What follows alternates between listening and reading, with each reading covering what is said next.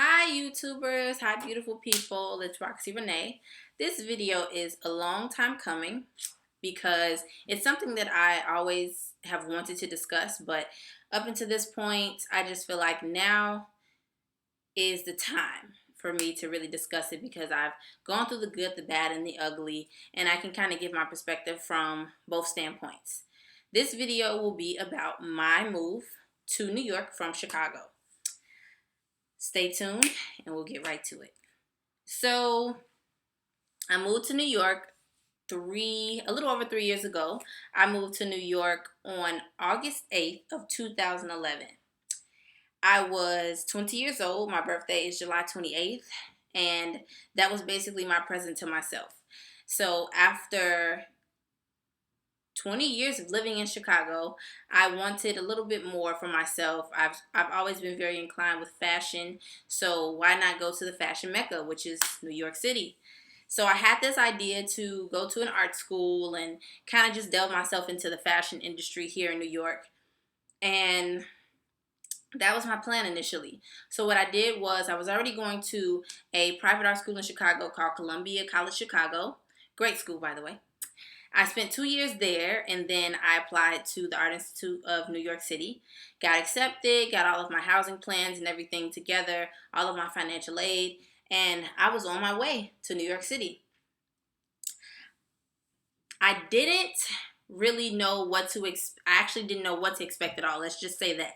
I had never been to New York. I don't have any family here in New York. I didn't have any friends here. It was just me.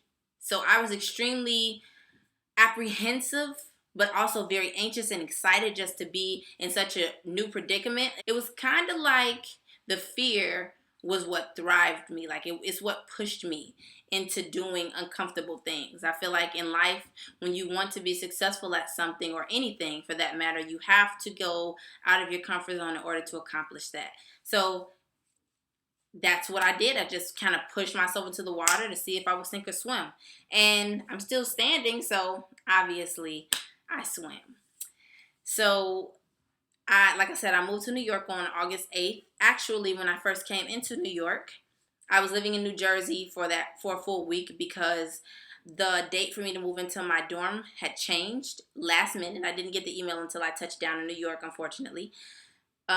So I had to go. I got in at Newark Airport instead of coming in New York. It was a cheaper ticket.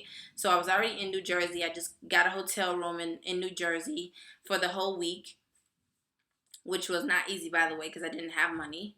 Credit card. Hey, still paying that off now, by the way. And after that week, I moved into my dorm and everything just started from there. I started my program. I was in a 2-year program for fashion design, and I was there at the Art Institute and in the dorms for about 6 months. And then the way that the Art Institute is set up, they run off a really weird quarterly system, like kind of like a semi-quarterly, because it's like an expedited 2-year program, but that's neither here or there. But anywho, I was there for 6 months. I was still living in the dorms, and then for unknown reasons, my my financial aid got canceled. Yeah, guys, I didn't know what to do after that. That was the only thing that I had. I hadn't really known much about New York, or how it worked to get an apartment, or I wasn't living off campus. I was strictly in the dorm. So when my loans got denied, I tried everything I could to kind of restore them and figure out what I could do, but I couldn't get any outside loans because I didn't have enough credit. It was just a whole debacle of mess. So what happened was I ended up having to move out of the dorms, and I was homeless for a little small bit. Before all of those things went south, I had gotten a job at a tattoo shop doing piercings. That was my very first inside of a shop, professional type of environment, and I was making money. I was getting paid $80 a day, which was $320 a week. So outside of school, I was working, and then I would save my money, and that's how I was able to get an apartment and not be homeless for so long. I was homeless for about a week and a half. I was staying in a motel deep in Brooklyn. I had never even been to this part of Brooklyn. At some Motel 6. I don't even know where I was. It was like in the middle of wherever West Bubblefuck. I had to walk really, really, really long to the train to get to work, and I also had an internship at the time, working with a fashion stylist. So I was just doing a lot, just trying to keep myself afloat. During the time that I was homeless, I was very distraught. Didn't know what to do. I wanted to run back home so bad, but something in me was just saying, just steadfast. Don't run back to your comfort zone. Life is going to catapult you into situations that you're not necessarily comfortable in. You may not know how to get out of them, but you have to trust yourself. You have to trust your own strength. And I trusted my own strength. There was a lot of tears. There was a lot of snot. There was a lot of hurt, going through that time, because I didn't have my family and my friends to lean on. I mean, they were there in a virtual sense, on the phone, FaceTime, things like that. But I didn't have a strong presence of my loved ones around me to kind of help me get through it. So I had to depend solely on me. And that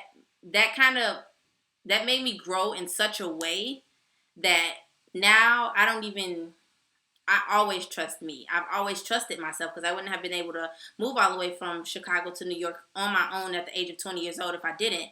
But that situation put me in a place of pure and utter strength within myself that I didn't know existed.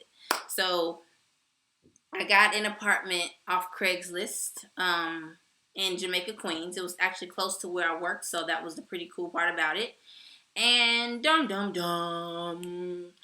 it was infested with roaches.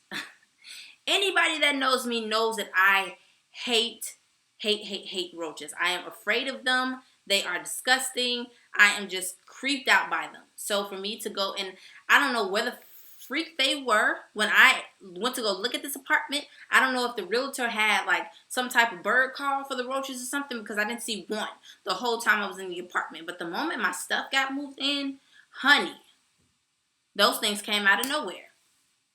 So I was like, holy shit. I just moved into this apartment. I paid 2 months rent, and I'm stuck in a situation that I have no one to deal with this with. So during that whole time, which was a whole 2 months, because I paid the first month and the last, and that was the only thing I was going to be paying up in that place. Trust me. I didn't eat. I did not cook in there. I was in a place of, that was probably like the lowest point in my life up until this point. I had just been homeless, living in a motel. I had just saved money to get this place, and then I give you guys $2,400 for a shitty place, and now I have to stay here for 2 months and be miserable. And not only was it infested with roaches, but the people around me were not compassionate. They didn't understand. They tried to tell me that that's normal. That's how it is. You're gonna find them everywhere you go. They tried to just spin me in a way that I didn't appreciate. So the lady comes to my door. Oh, it's time to pay rent. I'm not paying you anything. So she told me, well, if you're not gonna pay, then you have to leave. I said, oh, I was already planning on that.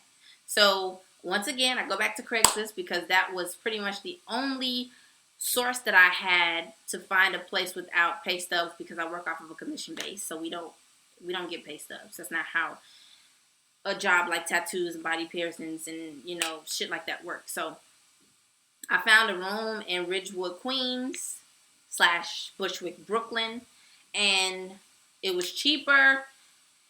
It seemed like a better situation, so I took it. It was a basement apartment. It didn't have any windows. Once again, I was in another debacle that I was trying to go to a better situation, and ultimately it was. Let me not misconstrue this. It did not have roaches. It was very clean. It was a great building, a nice neighborhood, close to the train. I stayed there for over a year because of so many perks, even though it didn't have windows, and I felt like I was, in a whole nother world when I would go home, because I couldn't even use my cell phone. There was no reception. But I felt like I was in a whole nother world, even though I was, kind of going into a better situation than I was in before. So after that, and I stayed there for a year and a half, things just kind of gradually got better. You know, my work situation was a little different. I went to a different tattoo shop and started doing piercings there, which was making more money. And I started traveling, and I just started doing more things that made me happy. And I realized that sometimes, even though situations may be made to break you, you can prevail through them. And that's what my whole being is at this point. You know, just kind of being an inspiration to those who go through tough times and don't see the light at the end of the tunnel. It's always there. You know, life is a constant struggle. It's an up and down of good and bad. And it's not going to be easy. And I'm still going through it. I still struggle all the time. But I'm here. You know, I'm here to fight another day. Anybody that is looking to move to New York from virtually anywhere, Chicago specifically, because that's the only other place that I've lived, do not move to New York without any money. Save your money so that when you get into sticky situations, you can get yourself out of them. Because if you do not have money in New York, you are nobody or nothing. My second tip would be, do not come here thinking that you are going to immediately be successful, that you are going to immediately meet all the right people and see celebrities and just catapult into this superstar, because that's not what New York is. A lot of people have this movie version of New York, not the true, real version of New York. And the true, real version of New York is that struggle is real. Vulnerability is real. People will take advantage of you if you show any type of vulnerability. The moment that people know that I'm not from here, it's automatic. They cut on their scamming senses. Do you know how much money I have lost? I have been scammed out of at least maybe $3,000. You know, looking for apartments. People take your money and tell you, oh, just write me the money and I'll give you the keys and I'll meet you here. And they never do. And that was a learning experience for me, because I had never been in that situation, but I learned, and I was never in that situation again, and I never will be. But just come to New York correct. Like I said, don't think you just about to come here and party. The rent is high as hell. Okay? You're going to need to work at least 2 to 3 jobs in order to keep yourself afloat if you're not working a good job. So get a good job coming here. Have it set already in stone. Then get your apartment. Apartment hunting here is just so hard, because you can't do it like other places. You see a spot that you're like, oh my goodness, I love this place. Let me put in my application, and then you can lock it down. And no, if you see a place you like, you need to put money down on it at that very moment, because it will be gone before you know it. Just like it's one of you, there are 20, 30 more of you that are going to look at this place and love it and put in an application, and they may be more qualified than you to rent the place. They may have more credentials. They may make more money. They may have a co-signer that makes 40 times the rent, which is what a lot of people want now. So just come here with a plan and have that plan ready to be executed. Do not come here just like, oh, lights, camera, action, New York City. Oh, that will eat you alive, okay? This has been just my experience, and I've met other people that have had great experiences moving to New York from other places and have had great success. Maybe I'm just not as social as I need to be. But my personal experience living in New York has not been the best. And I'm just being extremely honest. It has been a struggle. It has been hurtful. It's been happy. It's been exhilarating. It's been every emotion you can possibly think of. But through it all, I have definitely learned a lot about myself, about the world. The great thing about New York is that it's very diverse. So I've met a lot of different types of people. And that's also what kind of made me want to travel more, because I realized how much I didn't know about the world. You know, I realized how segregated places are, specifically Chicago. So that is one thing that is a great part about New York that I have definitely loved and appreciated. But I would definitely say not to come here if you don't have money, because it will not be what you think it is. Thank you so much for watching. If you guys have any questions regarding moving or anything regarding my move. If you're thinking about moving, if you're thinking about coming to New York from a smaller place or another metro city, but just if you guys have any questions regarding anything, just go ahead and put them in the comment box or send me a message or hit me up on Instagram. I'll definitely have my Instagram somewhere around here. Also on my website, Coco Nomad International. You can also go there and we can chop it up about whatever you like. But thank you so much for watching. All of my love to every one of you. If you're just passing by, if you're a new subscriber, an old subscriber, I love you all. And I am so humbled that you actually took the time to sit and watch this video.